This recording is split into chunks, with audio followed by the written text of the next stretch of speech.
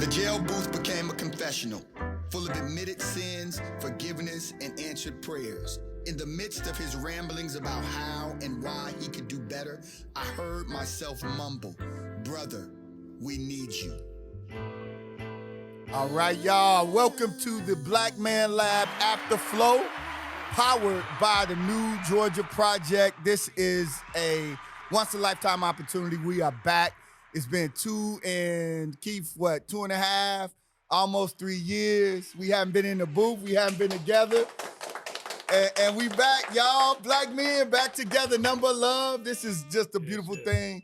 And we're in Statesboro. All right, Bullock County. I say it right, Mike? Yes, sir. All right, I want to make sure, hey, man, I ain't going to mess it up because I want to be able to come back here. One, because y'all really feed a brother very, very well. And so I want to be able to come back and eat and sit and reason together the way we did tonight. Oh, and we got a little wild one in the house. He just came busting in, but it's been awesome. So today, this evening, we were able to bring a group of brothers together and just talk. We talked about what matters to black men. Instead of people telling us, here's what black men are thinking, we want to have a conversation about what are we thinking, what are we feeling, what are we experiencing. So let's start with each of you brothers introducing themselves. I want to start with you, our elder in the room. Yeah, that's right. Yeah, I really appreciate that. Hey, man, Okay. you look good and you work out every day, so it's all good. I love it. All So right. I'm Michael Summers Sr. I'm a local business owner here in Statesboro, Georgia. I am from a very, very small town, Millen, Georgia, city population less than 3,000. I love being in Statesboro, and I love all these black men in this room today. It's a marvelous thing. My son's in there, and it makes me feel really, really well. I have a lot of energy today, and I'm looking forward to discussing what we're going to talk about here in a brief moment. All right. And so your town may be smaller than Eldridge's town in Monroe, Georgia. So you might, I don't know, you may have, 3,000 population? Inner city, probably, yeah. All right. You may have won that one. Okay. Yet you played at South Carolina State University. Played at South Carolina State University. Played in the NFL. Played in the National Football League for the Indianapolis Colts back in the 80s, late 80s. So you left all of that out, man. See, I had to pull this out of you, black man. That's a humble black man. I don't think that's important. I think what's important is what I can give back to my black man. Yes, sir. And I think that we all think we can be athletes, but we all can't be athletes. And so there's a lot of things that we can be professionally in besides an athlete, sport. Yes, sir.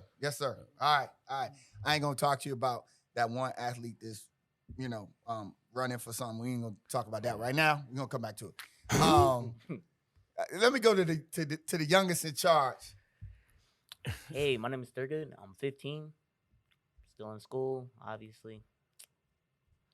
What school, man? You gotta rep your school. I go to BA. Oh, BA.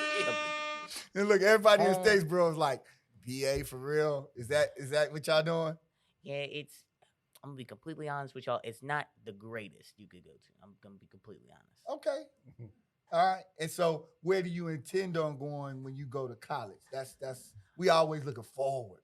I would prefer to go to Morehouse for my undergraduate. Okay. There it is. Y'all give it up for Morehouse at HBCU.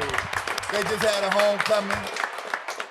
And Brother Micheal was at the homecoming and just cut up, man. He running through the homecoming, acting, very uneducated. But it's all right. Damn. Yeah. My brother.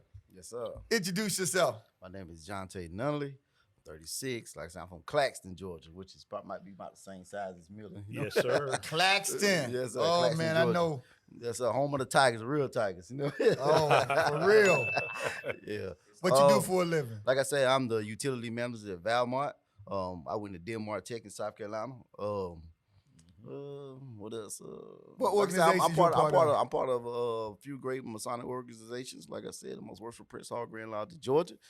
Like I said, so that's what I got going on. All right, brother. Yes, sir. All right. Well, we are here. We're excited to be in Statesboro to have this conversation. This conversation is a black man lab conversation powered by the New Georgia Project, and it's a beautiful thing for us to be able to come together and just build together. So I just want to just start with this. A lot has been said recently about black men being kind of disengaged and not, really being enthusiastic about this election cycle or just in general, right? It's just got us kind of just walking around. We just walking around. I don't think that's the case. That's not been my experience, but I want y'all to speak to, where you feel and how you feel black men are moving in this moment right now and here in 2022. So anybody can get it started. Just don't step on each other. So I clearly believe that that we are moving, but we're solidly moving. It's kind of like the quiet storm that's going on Mm. right now. I think that a lot of people are doing more listening than maybe physical activity. They're just listening. So what I see is I see a group of young men, black men, in my community in Statesboro that are listening and Mm. watching and hearing. There's a lot of work that's going on around in this town that people don't necessarily think is going on. But I think at the end of the day, we're gonna get out. We're gonna vote. We're gonna show our names at the polls, and we're gonna do what we need to do. I want to push you a little bit real quick. Economic development.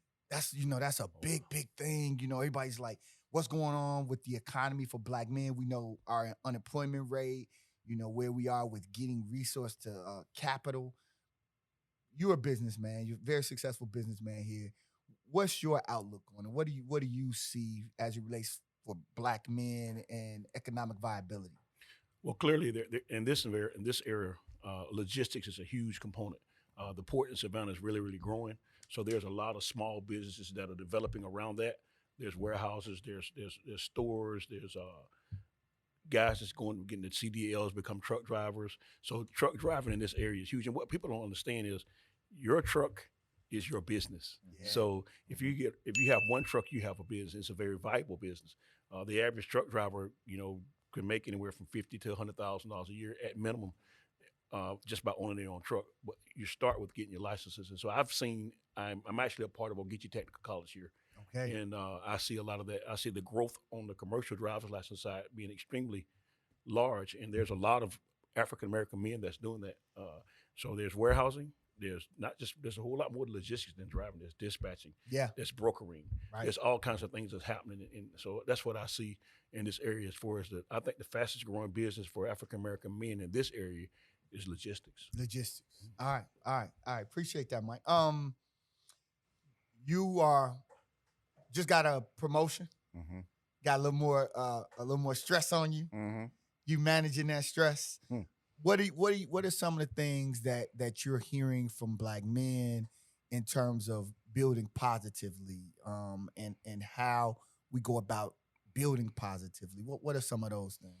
One of the things that building positivity for me is, well, for the brothers in general, is trust. Like I said, I know, and within my promotion, what I got going on, it's kind of like a trust. It's dealing with, like I said, you got people that, 50 to 60-year-old, they got somebody that's 36 telling them, what they do in a nice way, Mhm. but at the same time, they got to have that trust with you. Then you also get this new generation, like John, like I always say, this Gen Z generation that you got to also be able to manage, and you got to keep up with them, And like I said, so it's kind of like for me, it's like those guys building the trust, so that's where I'm at on that. All right. So we talk about building trust among black men Among because black we men. know that without trust, it's hard to build a relationship. They're not going to. Yeah, they're not gonna follow you. They're not Mhm. gonna Mm-hmm. be led by you or Mhm. be in relationship. I Mhm. feel you.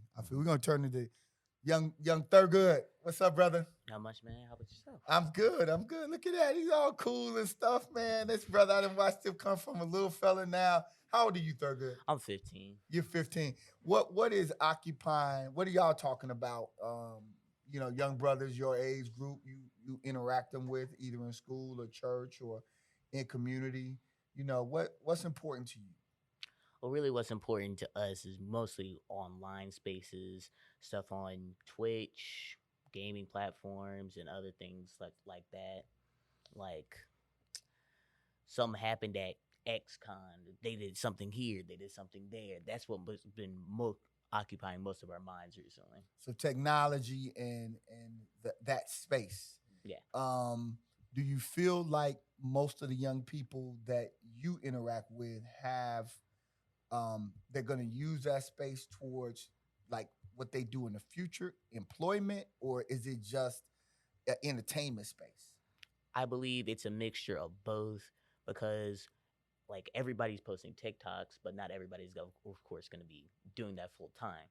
So I think it's really a mixture of both because content creation isn't a dream come true to some people.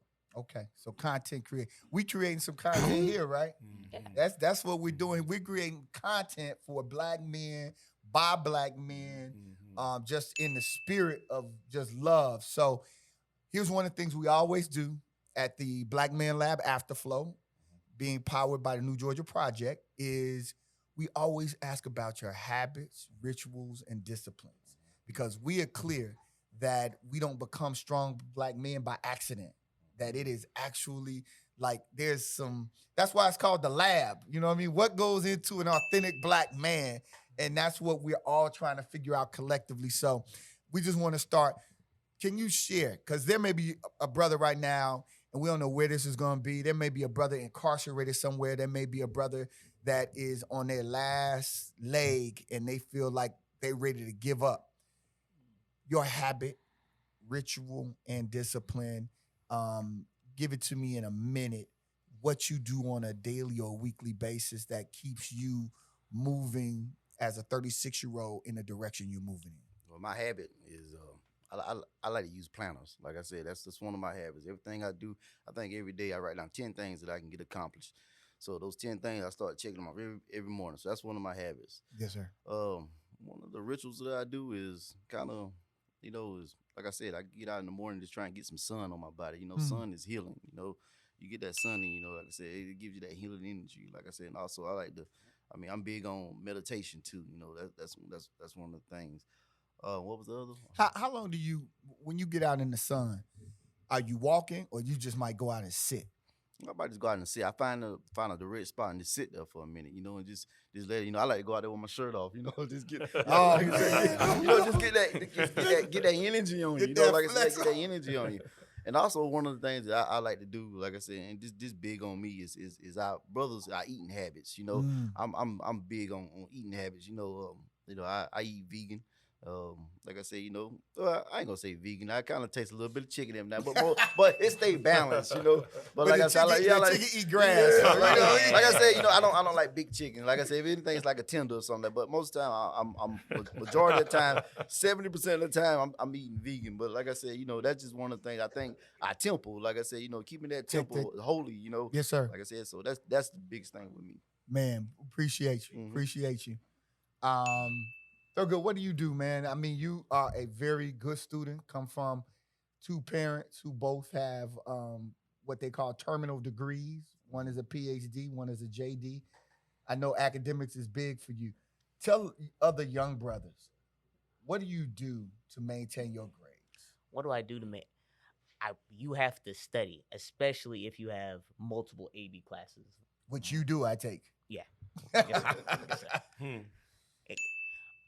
In hindsight, this night might not have been the best thing to do because I am always either studying for something, doing homework, and I finish my homework around like 9, and then it's too late to really start anything. So when you come home, do you start watching? Back in the day, I used to watch cartoons.